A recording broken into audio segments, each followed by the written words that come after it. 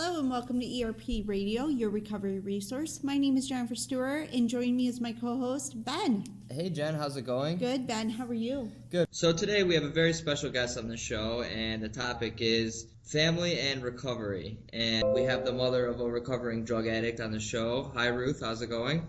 I'm good, fine, thanks. Let's get into it. Let's get into it. Thanks, Jen. You're welcome. So my first question of the day, what kind of addiction or recovery-related topics are you studying in school?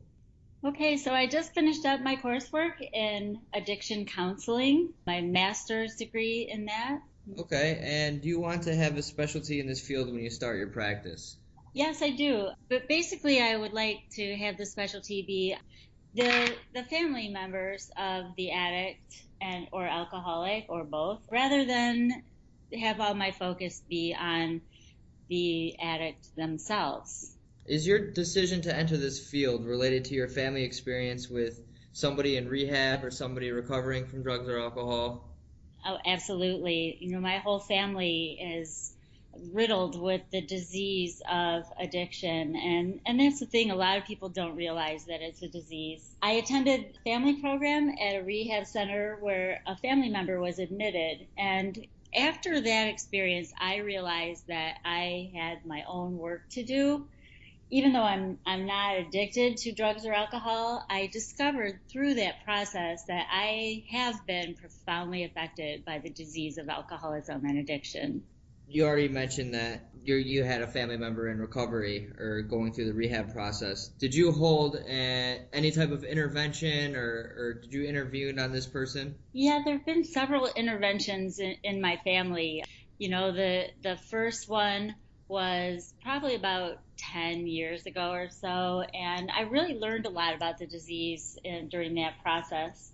And it was really scary, and also mentioned in the introduction, I did have an intervention or two or three with my son as well. And what type of feelings were you going through during that intervention? I was very anxious, and I actually orchestrated interventions that I had done. It was scary and it was anxious because all of my focus was on the person, and these are people that I really, really love, and to watch them doing things in their lives that I felt were very harmful, especially for a mother, it was difficult. Do you have any other advice do you have advice for people who are thinking about getting their son or daughter or brother or husband, whatever it is? Do you have any advice for giving them an intervention or intervening on their use? The best advice I could give on someone conducting an intervention or considering doing it would be to get a lot of information and do some research and read some literature. There's a lot of literature out there. In our family, we used a professional interventionist who actually counseled us in advance and taught us a lot about the disease. And he told us about books to go and to read and websites to go to get the information about it. But the thing that I would really, really advise people to do is don't just do it. Get a lot of information, read about it, find out the correct way, because your goal is to help the addict and alcoholic in your life, and if you get that one chance to do it, so do it right. I know that for me, I've been to rehab and my family was a part of the process. I was wondering from an outside, parent point of view, how are families involved in the rehab process? Like, what do you guys learn?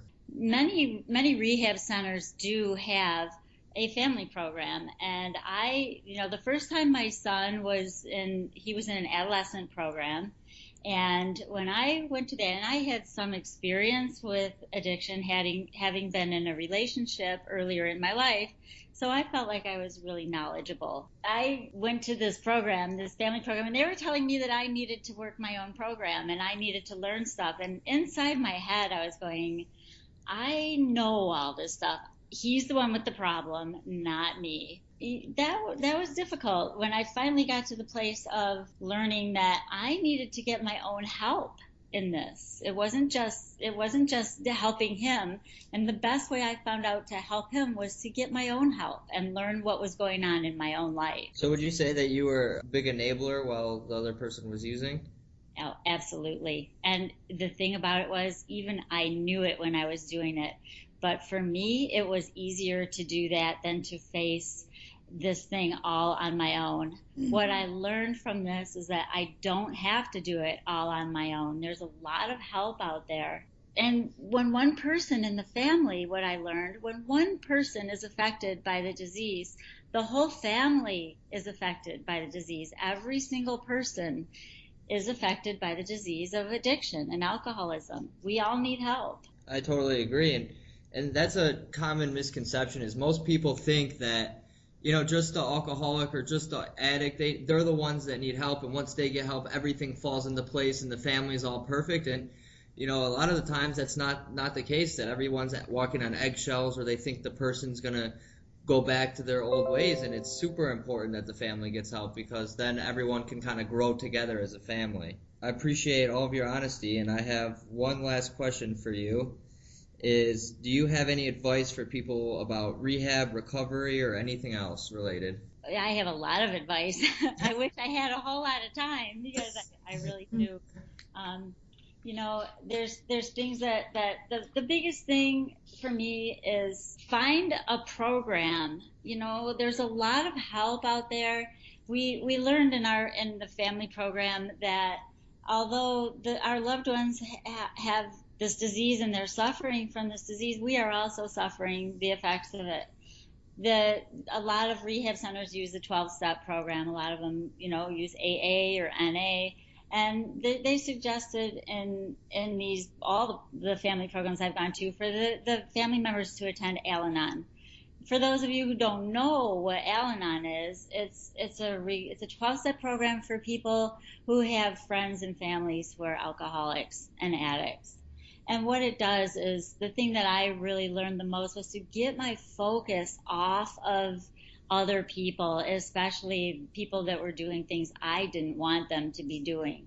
They have their own journey, and I needed to get my focus back on me and look at what I was doing. That was what was really making me crazy in this life. So I learned a lot of stuff from there. I learned they tell you in there, put your own oxygen mask on first. That's what they tell you on the airplane. Put your own oxygen mask on first.